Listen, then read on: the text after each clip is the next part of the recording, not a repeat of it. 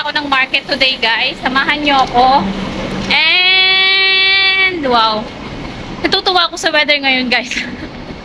Ako lang ba? Ako lang ba yung naka-t-shirt lang? Ako lang ba yung naka-t-shirt lang? Lahat ng nakikita ko, naka-jacket, na lamig na sila. Actually, now is 18 degrees Celsius. Pero nag-t-shirt lang ako kasi naglakad lang ako, guys, punta ng market. Bali, 25 minutes na lakad. Kaya sabi ko, ayoko magdala ng jacket.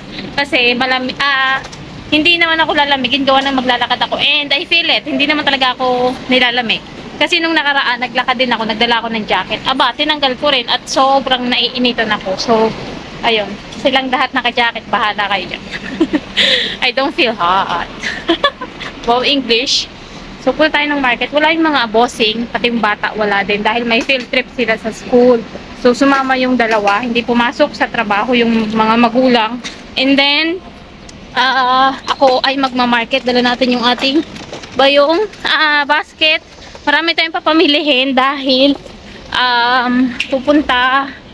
magpiprepare ako ng dinner nila mamaya pag uwi.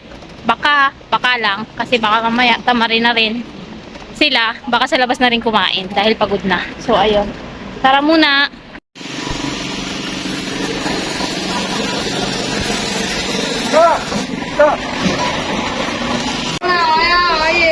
Ito yung pinapabili ng amo ko, guys. 75. Ang mahal pala, oh. Ipiprito daw. 140, 75. Ang mahal. Kukunting peraso lang. Di-deep fry daw mamayang gabi. Ang mahal pala niyan. Yellow fish na yan. Naghanap pa tayo, guys, kasi ang mahal-mahal daw. Nako. 500 lang yung padala sa akin. Eh, wala naman ako makitang iba. Ang mahal-mahal talaga ng ganong isda. Bakit kaya mahal yun? Ipatay naman Hindi naman siya buhay. Wala talaga akong makita na. Yan, fresh na fresh. Ang lalaki ng isda. Itong malaki, Hindi ko alam kung anong pangalan. Iba-ibang isda ang makikita mo dito. Parang hindi sa atin kilala. Ito, wala sa atin ito Hindi daw to sa dagat. Parang hindi kilala yung mga isda. Ito, parang hito siya.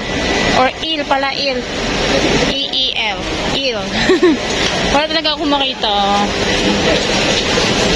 Ay, ayun. 88, guys. Kaso ibang klase. Ayan, 88. Maiikot ko na yata yung buong market. Wala akong makikitang mas mura pa doon. Ang mahal-mahal talaga ngayon ng ganong isda. Ano ba yan? Ayan, may tilapia dito. $28 ang isa. Tilapia, yun lang yung kilala ko. Walang bangus. Ito, wala sa atin ito Pero masarap yan, guys, pag naluto. Yan lagi binibili ng amo. Ito, ganitong isda yung gusto ng amo ko. Wala namang mga presyo. Mahal yan, sigurado. Pag walang nakalagay na presyo, mahal.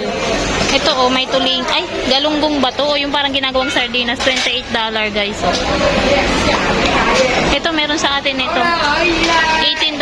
Mura lang pala. Tatawa ako kanina, guys, doon. Bumili ako ng isda. Tapos, sabi ko, please clean. Sabi ko ganon. Gusto kong ipalinis yung isda. Kasi tinatamad na ako pagdating sa bahay. Ako pa maglilinis. Ang lansa-lansa noon. Yung maliliit na isda na ngayon binili ko yung 45 nga ba yun? $45. Maliliit kasi. Tapos yun, sabi ng amo ko, yun na lang daw bilhin. Sabi ko sa tindera, please clean, ganon. Tapos binigyan ako ng resibo. Ang alam ko na ang resibo, ang Cantonese niya, tan. Ayan. Pag sinabi mong tan, alam na nila yan. Pero ang sabi ko sa kanya, clean. Sabi ko, please clean. Hindi nila naintindihan, nagalit sa akin. Tapos parang sa pagkaintindi ko yung sinabi nila, ayan na yung resibo mo. Ano pang hinihingi mo? Parang gano'n. Sabi ko, please clean. Hindi nila nilinis yung isda. Pero nung nakaraan naman, nung bumili ako, yung sa ibang shop, wala na kasing isda sila ngayon na ganun. Nilinis naman, guys. Pero ngayon, hindi nila nilinis. Nung isang shop, kainis. Hindi pa maintindihan yung sinasabi ko. Galit pa sa akin nung sinabi kong clean. So ngayon, punta tayo dito sa bilihan naman ng bibili tayo ng prutas. Nakakahiya, ang daming tao, grabe. Ayan, malapit na ako matapos. Isang oras na ako dito. Nakakarni pala, bibili tayo. Ay, sarado yung karni, guys. Ay, hindi. Minsan, ang dami ditong nabili. Kaya, dapat maaga ka kasi ang haba ng pila. Ayan, dami ng tao. Ayan oh, daming tao, di ba? Bili tayo ng Choy Sam. Mura daw dito yung Choy Sam. Choy Sam, oh, 18 na, pareho lang pala. Tapos bibili, dapat dito na ako bumili ng lahat ng gulay. Bili tayong apple tsaka orange, tapos doon ang karne sa kabila. Ayan, tara, pasok tayo. Choy Sam, nasaan ang Choy Sam? Ayun, yung may mga bulaklak, yung favorite naming gulay, laging may Choy Sam. Halos every other day naka-Choy Sam kami. Saan ba ang prutas? Saan ba ang orange? Tingnan natin yung orange. Yung maliliit na orange ang gusto ng alaga ko. Ayan guys, yung orange show, $20 lang. Bibili tayo isa, tapos bili tayong saging, $14. Hindi mo makita kung maganda kasi may ilaw sila dito guys, ang ingay naman. May mga ilaw ba? Kaya hindi mo makita kung maganda or ano. Pero ito yung piliin natin. $14. 8 pieces na. Sa Pilipinas, times 7 mo lang yan. 7 times 4, 28. 7, 8, 9. Halos 100 pesos. Isang ganito lang. Tapos na ako guys palengke. Ang dami kong experience.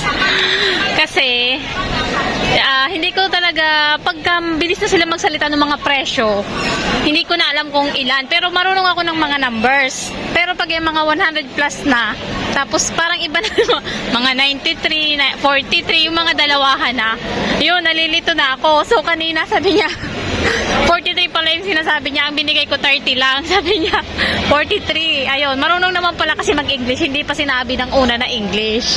Ay nako. Dapat talaga kahit papaano marunong ka dito magsalita ng Chinese, kahit yung mga numbers, mga how much, tapos yung mga pangunahing gagamitin mo sa palengke kasi mahirap. Mapapagalitan ka, lalo na yung iba talaga hindi marunong mag-English dito. Halos lahat sa mga palengke hindi talaga marunong. So kailangan marunong ka kahit papaano mag-Chinese, Cantonese ba. Tapos kanina bumili ako nung beef nga. Sabi ko for fried broccoli, ilalagay sa broccoli na beef pala guys, biblim beef, $50. Buti na lang may dumaan na Pinay. Tinanong ko siya, sabi ko ano bang Chinese noon? Sabi ko hindi ko sa kanila masabi kasi yung amo ko hindi na translate sa Chinese. Kasi sa WhatsApp lang kami nag-uusap. English yung sulat niya, dapat Chinese para ipapakita ko lang doon sa mga tendera. English yung sulat niya. So nagtanong ako doon sa Pinay. Buti na lang maalam siya. Ayun, nakabili ako ng beef. So ngayon nandito ako sa bilang itlog, bibili tayo ng salty egg, 6 na piraso. Tapos na ako guys mamalengke. Ayan yung Choy Sam na sinasabi ko sa inyo. Choy Sam, maliliit pala. Dapat yung malaki mahirap tong linisin. Pag malaki, konting piraso lang eh. Ayan, ang liit. Tatanggalin mo kasi dyan yung flour, ayaw nila. Tapos itong konting balat dito, tinatanggal kasi para siyang rubber. May anong kainin, mahirap nguyain. And then, ayun, celery, marami pa and egg. Tapos, tinan niyo yung bag ko. Haha, punong-puno ng resibo. Mamaya compute natin pati pera, oh. Ganyan lagi pag namimili ako. Ang resibo, wag kalimutan. Kanina bumalik ako kasi nakalimutan ko yung resibo nung beef. Buti na lang naalala ko. So, ayun lang. Hindi na kinaya, guys. Sumakay na ako ng bus. Hindi ko na kaya maglakad. So, ayun. Daming tao dito, ah. Anong meron? Ayun, oh. Nilalakad ko lang talaga to, pero so, ayun na nga. Ayan, under na ulit yung bus. Ano ang pamasahe dito guys? 4.9. So, bali $5 na din. Actually, ang dami pang laman ng card ko. Kaya, sumasakay ako kahit papaano. Kahit isang beses. Pero pag susundo ako, papunta, naglalakad ako. Tapos, pauwi. Yun, sumasakay na kami ng bata. Malamig na kasi ngayon. Kaya okay lang na maglakad-lakad na. Natitipid ko pa yung octopus.